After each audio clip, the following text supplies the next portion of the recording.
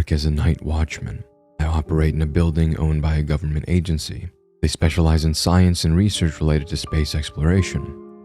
I work the night shift. This profession and the location-specific gig have been my main source of income now for 2 years.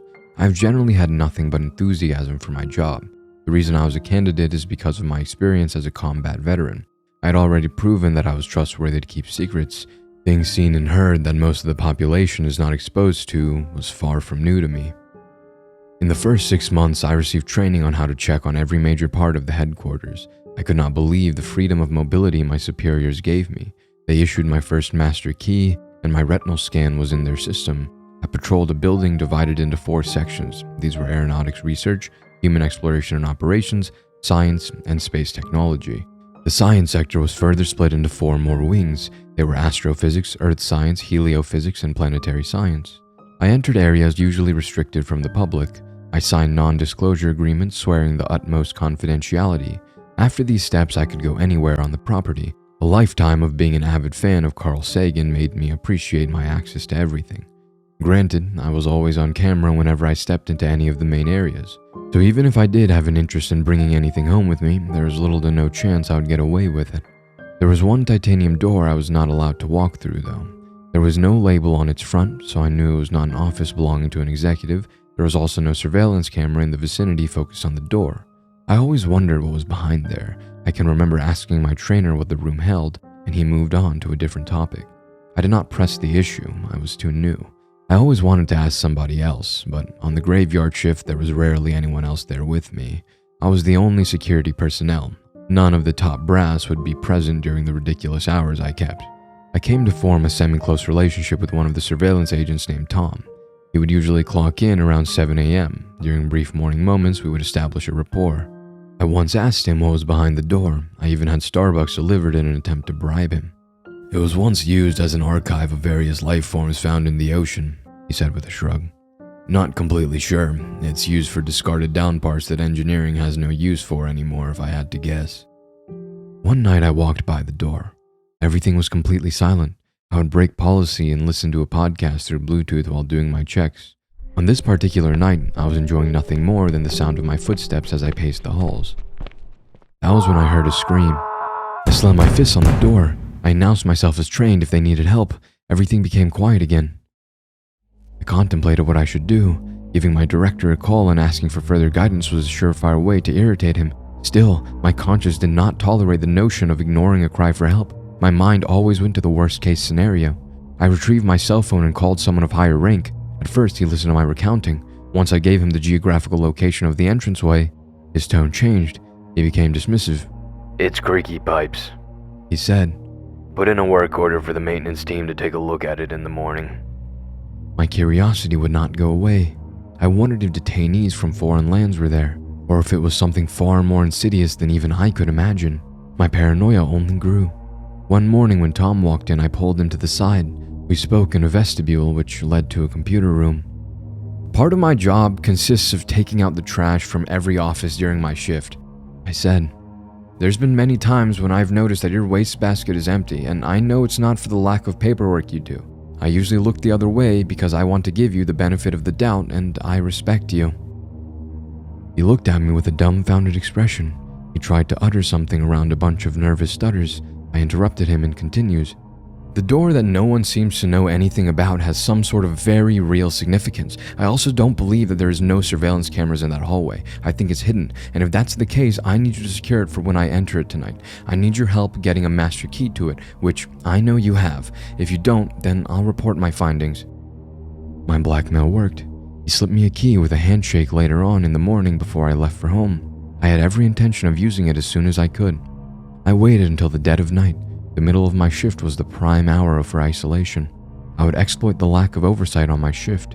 I took unusual routes to get to the door. I knew the action I was about to take could cost me my job.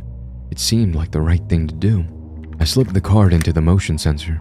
It blinked red at first and then turned a bright green. If they ever did a reading of the entries and exits for that lock, it would read the name of another employee. I knew it was not my friend Tom's. I wondered how long he had been pilfering such top-tier company-related property. The door cracked open. When I walked in, the chamber was completely black. I took a few more steps in, I found a fluorescent overhead light that illuminated the area with each step I took. A siren went off.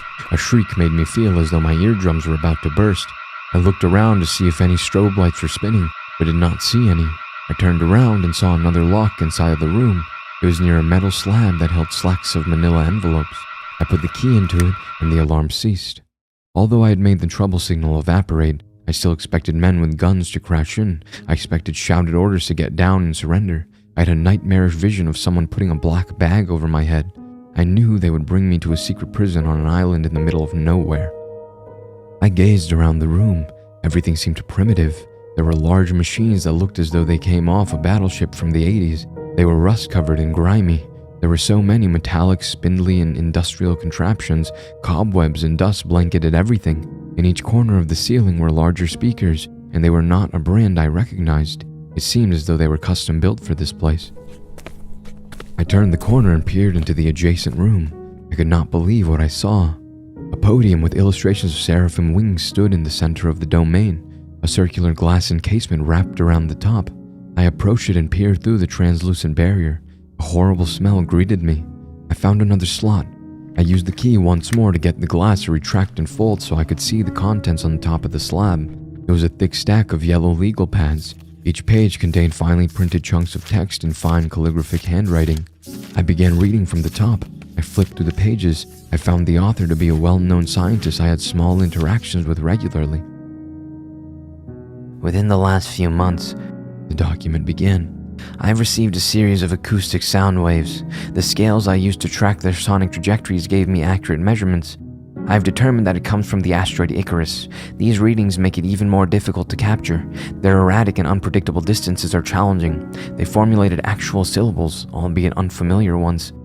Their sound was guttural and diaphragmatic. There was a strange aggressiveness to the vocal cord projection. I transcribed each one painstakingly. I ran every one through an archive database to see if there were any matches. My decision to do so was random and experimental, with the lowest of expectations. What I discovered is they did form a language from here on Earth. It was one created by English Renaissance occultists John Dee and Edward Kelly. I gulped before I continued to the next paragraph. Very little fazed me, but something about the paranormal always left me uneasy. The tellings of jinn and ghosts in Afghanistan resonated with me. So did the evidence of curses after hard-fought battles which desecrated sacred sites. When translated, the text is cohesive in its narrative form. It follows a linear structure and manages to be comprehensive. It tells a very familiar tale for anyone who ever went to Sunday school. It is a first-person perspective story about an entity that claims to be a fallen angel. The angelic creatures, benevolent or malevolent, ended up exiled from their original galaxy. They stress the pure destructiveness of their power. They compare their threat level to Luciferian influence. I continued flipping through the pages.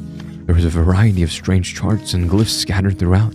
I went down to open one of the cupboards at the bottom of the podium and knocked the whole thing over. The scientist's body lay there in a crumpled position. His innards seeped out of his stomach. The carvings on his flesh resembled angel wings.